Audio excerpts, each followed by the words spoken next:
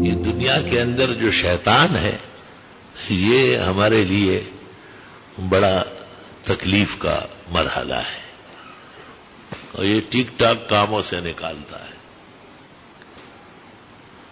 آج مجھے اس موضوع پر کلام کرنا تھا کہ لوگ رشتوں کی حفاظت کریں اور محبتیں قائم رکھیں، اور شیطان کا راستہ محبت توڑنا ہے، رشتوں میں تلخی پیدا کرنی ہے اور اس کی شیرینی کو ختم کرنا ہے. لیکن عجیب بات ہے کہ جب میں ممبر پر بیٹھ جاتا ہوں تو ایک بات سے 2 باتیں اور 2 باتوں سے 20 باتیں، اور پھر وہ اصل موضوع کی طرف آنا میرے لیے پولیس حرات ہوتا ہے. وہ کوشش پوری کرتا ہوں تو میں نے اصل میں جو آیات پڑھی ہے اور جو حدیث پڑھی ہے اس میں اس بات کا ایک زبردست اعلان ہے. دیکھو کتنی عجیب باتیں. قرآن کریم نے سحر کو ہر جگہ باطل کہا، اس کو جھوٹ کہا، فریب کہا، لفظ کہا، لیکن سحر اور جادو اور ٹوٹکے اس کا یہ اثر بتا دیے کہ یفرقون بھی بین المرء وزوجہ، یہ محبتوں میں کٹاس پیدا کرتی. اچھے دل جو ہوتے ہیں وہ ایک دوسرے سے دور ہو جاتے ہیں، اور جو محبت ہوتی ہے وہ عداوتوں میں تبدیل ہوتی ہے. محبت میں گلے بہت پیدا ہوتے ہیں، اور محبت میں ایک دوسرے کا خیال رکھنا ہوتا ہے. اس کی سرحدیں کبھی کبھی زخمی ہو جاتی ہے. اس میں جو صاحب دل ہوتا ہے وہ لحاظدار ہوتا ہے. وہ یہ نہیں دیکھتا ہے کہ میرے ساتھ کیا ہوا، وہ کہتا ہے نہیں میں نے زیادتی کی، آپ معاف فرمائیں.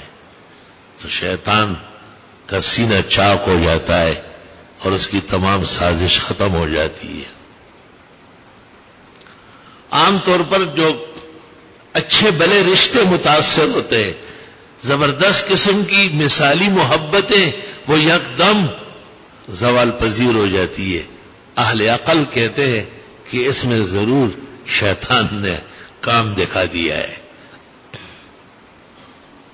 اور یہ بھی لکھا ہے کہ سحر ہوتا کیسے ہے، سحر کا طریقہ کیا ہے.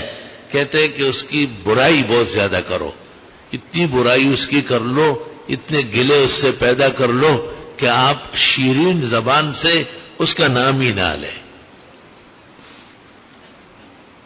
خاوند کے دل میں بیوی کے خلاف جذبات پیدا کر لیتا ہے کہ یہ میری طرف توجہ نہیں کرتی، میری بات نہیں مانتی، ضرور اس کا دل کہیں اور ہے. اور خاوند تو زوراور ہوتا ہی ہے، تو وہ جب اس طرح بے رخی دکھاتا ہے تو بیوی کو تو ویسے ہی صبح و شام شیطان یہ تانے دیتا ہے کہ اس کی پتہ نہیں آپ کے سوا کتنی بیویاں ہوگی. کیسے کیسی باتیں سکھاتا ہے. اور بڑے بڑے اکابر اور اولیاء و اصفیاء و اتقیاء و زہاد و عباد وہ اس کے لپیٹ میں آ جاتے، قسم قسم کے تماشے دکھا دیتے. شیطان سے بچنے کے لیے کوئی شخص بھی یہ نہ کہے کہ جی میں مولوی صاحب ہوں، میں مفتی صاحب ہوں، میں استاد صاحب ہوں. نہیں نہیں، آپ انسان صاحب ہیں اور مسلمان صاحب ہیں. انسان اور مسلمان کے ساتھ شیطان لگا ہوا ہے.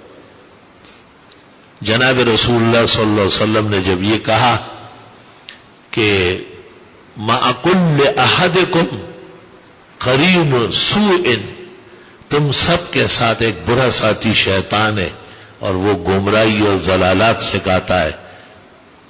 تو اس سے ایک صحابی نے جرأت کر کے یہ پوچھنا آسان تو نہیں کہ وما کا اور آپ کا، آپ نے کہا ومائی، میرے ساتھ بھی اسی طرح ہے، الا انہ اسلمنی، لیکن اس نے مجھے مان لیا ہے کہ یہ پیغمبر برحق ہے.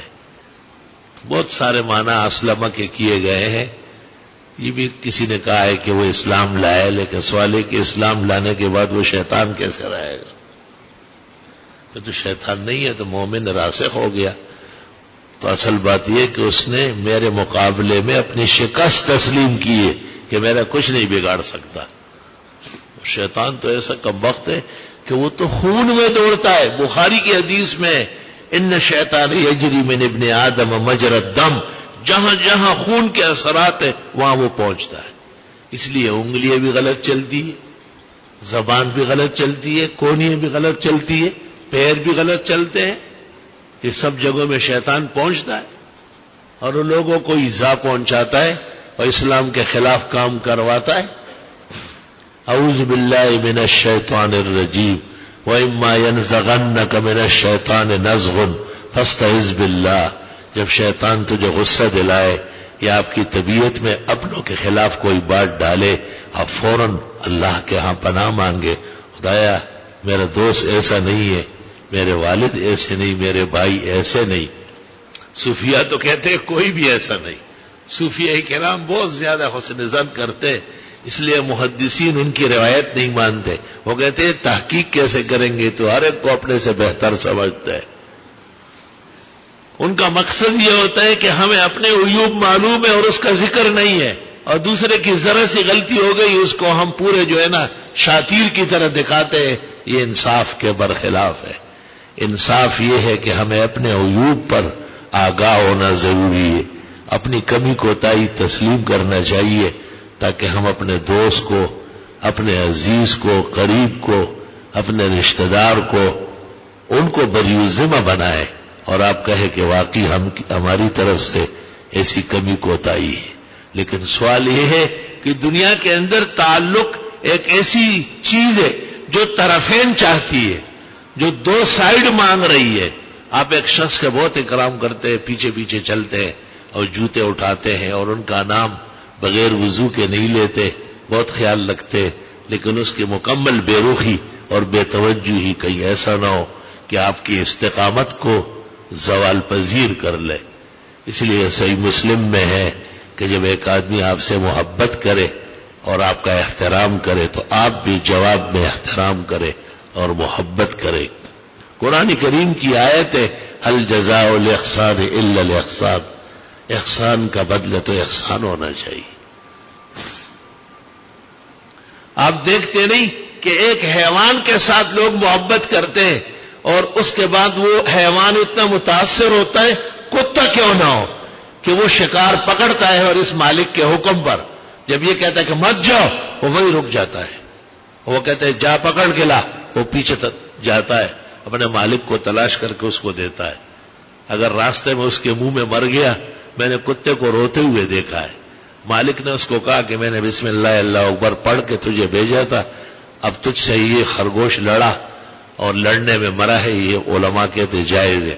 کتا خوش خوش ہو کے بیٹھ گیا کہ چلو شکر ہے میری محنت کام آ گئے، ورنہ میں نے شکار بھی کیا اور میرے مالک کا کام بھی نہیں بنا. رو رہا تھا، آنسو گر رہا تھا اس. یہ تعلیم کی برکت، یہ انداز محبت ہے. قرآن کریم سورہ مائدہ میں اللہ نے اس کا ذکر فرمایا ہے کہ وہ کتے جو تم شکار کے لیے چھوڑتے ہو، اللہ کا نام لے کر کے وہ جو شکار لے کے آتے ہیں زخمی کر کے، وہ تمہارے لیے حلال ہے. اس پر اجماع امت ہے کہ شکر باز کتا یا ایسا درندہ جس کو شکار سکھا دیا جائے اور وہ آقا کے حکم پر شکار کرے، حلال چیز کا وہ درست اور صحیح ہے.